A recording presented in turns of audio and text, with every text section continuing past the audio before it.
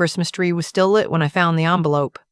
It was tucked inside the kitchen drawer, the one beneath the microwave, wedged under a stack of takeout menus my daughter had been collecting since she moved in. I only opened the drawer because I was looking for scissors to cut the twine off the pot roast. It was Christmas Eve, and I had been cooking since 8 in the morning. The house smelled like cloves and butter. The radio in the living room was playing something soft, one of those instrumental holiday albums I have had on CD since the 90s. My daughter was upstairs getting ready. Her husband was somewhere in the back of the house, probably on his phone the way he always was, leaning against whatever wall was closest, speaking in that low voice he used when he did not want to be heard. I almost did not open it. That is the honest truth. It was a plain white envelope, the kind you buy in bulk from Staples, and my name was written on the front in my daughter's handwriting. I recognized the looping way she makes the letters of my name, the same way she has written birthday cards to me since she was 12 years old. I thought it was a Christmas card. I've thought about that moment many times since then. How I was standing in my own kitchen, in my socks, with the pot roast in the oven, and Bing Crosby or someone like him playing from the living room, and I thought I was about to read a Christmas card from my daughter. It was not a Christmas card. I should tell you a little about how we got there. My name is Evelyn, and I am 67 years old. I retired 3 years ago from a career in municipal planning with the city of Ottawa, 31 years. I started when I was young enough that some of my male colleagues assumed I was someone's assistant, and I finished as a senior director. I tell you this not to brag, but because it matters later. I am not a woman who does not understand documents. My husband passed away 4 years ago, just before I retired. His name was Douglas, and he was a good man, the kind of good that is quiet and consistent and does not ask for applause. We had been together for 40 years. When he died, I thought the hardest thing I would ever do was learn how to live in this house without him. I was wrong about that. My daughter, I will call her my daughter because that is what she is, though some days in the past year the word has felt strange in my mouth, is 38. She married her husband, a man I will call my son-in-law, because that is also what he is, 7 years ago. They live, or they used to live, in Calgary. They had a condo there, jobs there, a life there. In February of last year, my daughter called to tell me they were going through a difficult time financially. Her husband had left his position at the oil and gas company he had been working for. He had a conflict with management, she said. He was looking for something new. In the meantime, she said, it would help them so much if they could come and stay with me in Ottawa for a little while. Just a few months. Just until he found something and they got back on their feet. I said yes. Of course I said yes. She is my daughter. They arrived in March with 3 carloads of belongings and a dog I did not know they had. A large dog, a Bernese mountain dog named something that I have never been able to pronounce correctly. They moved into the guest room and the spare room and, gradually, into the rest of the house. I do not mean that unkindly. I mean it literally. By April, my son-in-law had moved his computer equipment into the den, which had been Douglas's study. By May, the living room had been rearranged because my daughter said the couch was in an awkward position. My ceramic pieces that I had displayed on the mantel, things I had collected over decades, were moved to make room for their television, which was bigger than mine. I told myself it was temporary. I told myself they needed space to feel settled, and that was reasonable. I told myself a lot of things that year. My son-in-law did not find new work in April or May or by the summer. By June, he had stopped mentioning it much. My daughter had picked up some contract work remotely, enough to keep them comfortable, but not enough to save anything. The groceries, the utilities, the streaming subscriptions they added to my account, that was mine.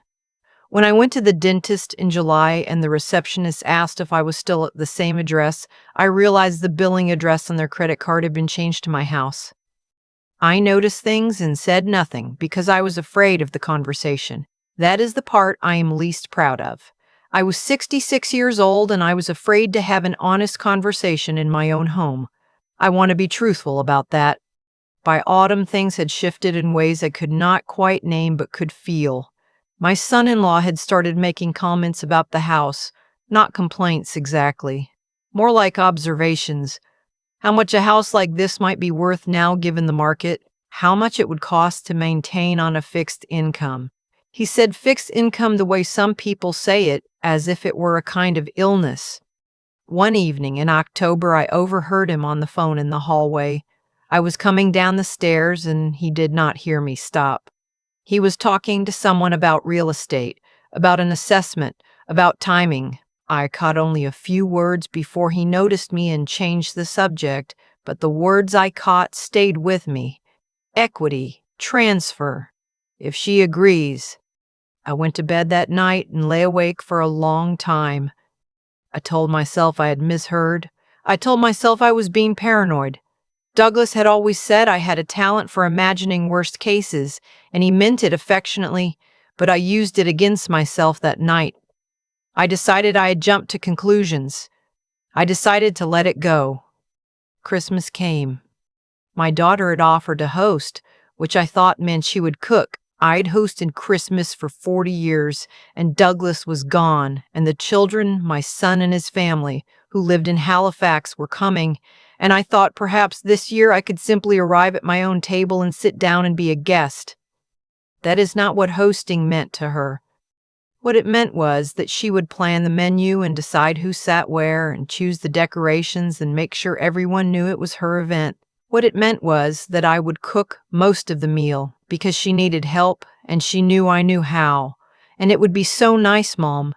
It really would be so nice to have your stuffing because no one makes it like you do. So I cooked.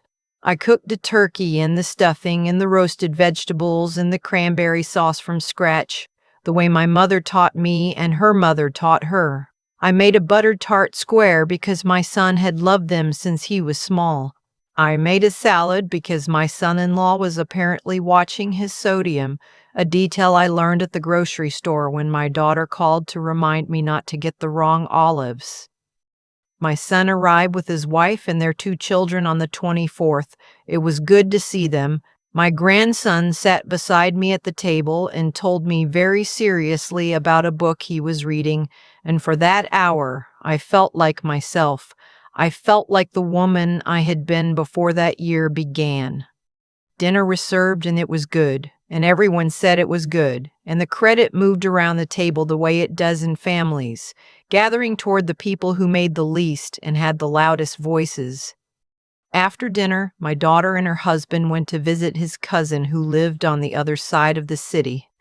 My son and his wife put the children to bed and then sat with me for a while in the living room, and then they went to bed too, and the house was quiet. I was in the kitchen cleaning up. I had been cleaning up for an hour already, slowly, because I was tired, and because there was something meditative about it. The warm water and the quiet and the smell of the dish soap. I was looking for scissors to deal with some of the packaging from the children's gifts, and I opened the drawer under the microwave. The envelope was there, my name on the front, in her handwriting. I stood at the counter and opened it. Inside was a document, several pages printed and folded. At the top of the first page were 2 words that I recognized immediately, because I had worked in municipal administration for 31 years, and I knew exactly what those words meant in the context of an aging parent and a family home. Continuing power of attorney. Not a general power of attorney, not a financial management agreement, a continuing power of attorney for property, which remains valid, which is designed to remain valid, specifically in the event that the grantor becomes mentally incapacitated. I read it slowly. I read it the way I used to read contracts at work, every clause, every defined term, every line. My daughter was named as the attorney.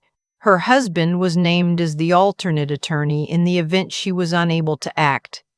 There was a note paper clipped to the front, in my daughter's handwriting. It said, "Mom, I know this is a big step. We think it makes sense given everything. We can talk after Christmas. I love you." I folded it back up. I put it back in the envelope. I put the envelope back in the drawer. I closed the drawer. I stood at the kitchen counter for a long time with the water still running.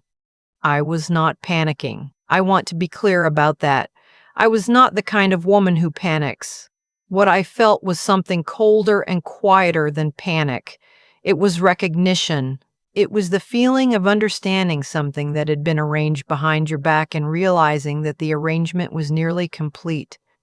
I thought about the phone call in October, equity, transfer. If she agrees, I thought about the conversations my son-in-law had been having with me all year, the gentle ones, about the house being a lot to manage, about the cost of upkeep, about how I deserved to be comfortable without worrying about all of this.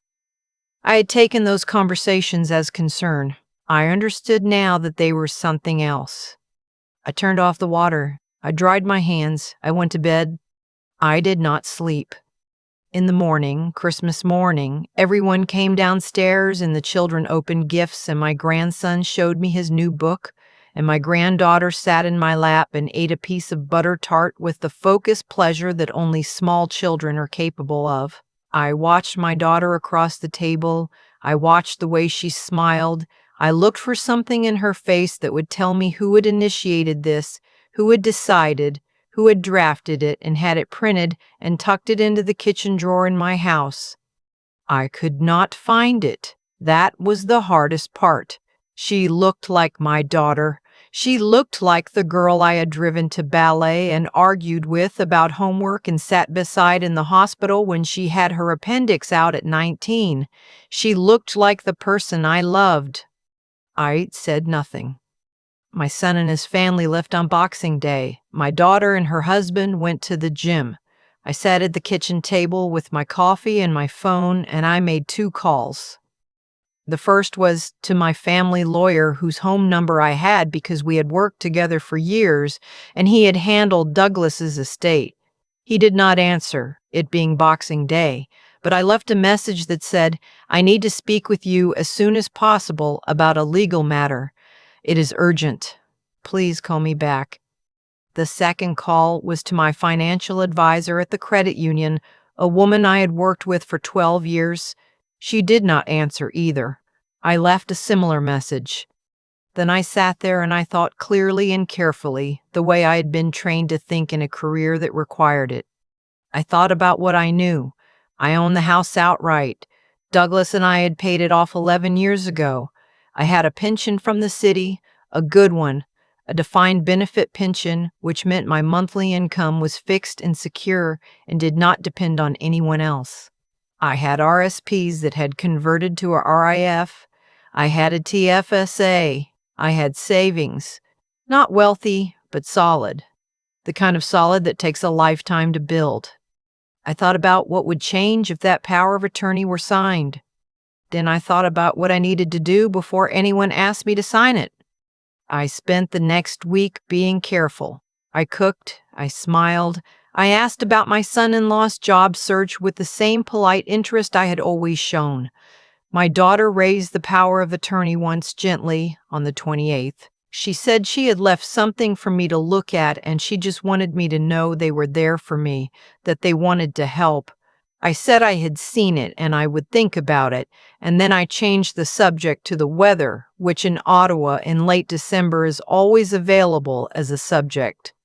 She did not push. I think she thought she had time.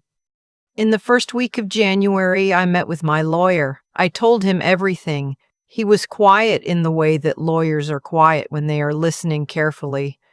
When I finished, he said, "Evelyn, you have done nothing wrong. You have signed nothing. Everything is still yours." Then he told me what my options were. I updated my will.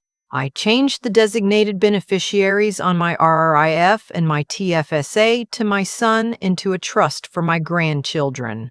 I signed a power of attorney, a real one, on my terms, naming my son as the attorney for both property and personal care, with my lawyer as an alternate. I had a capacity assessment done by my physician, not because anyone had questioned my capacity, but because I wanted it on file in writing with a date that I was of sound mind and had made every one of these decisions freely and with full understanding. Then I sold the house. Not immediately, not impulsively.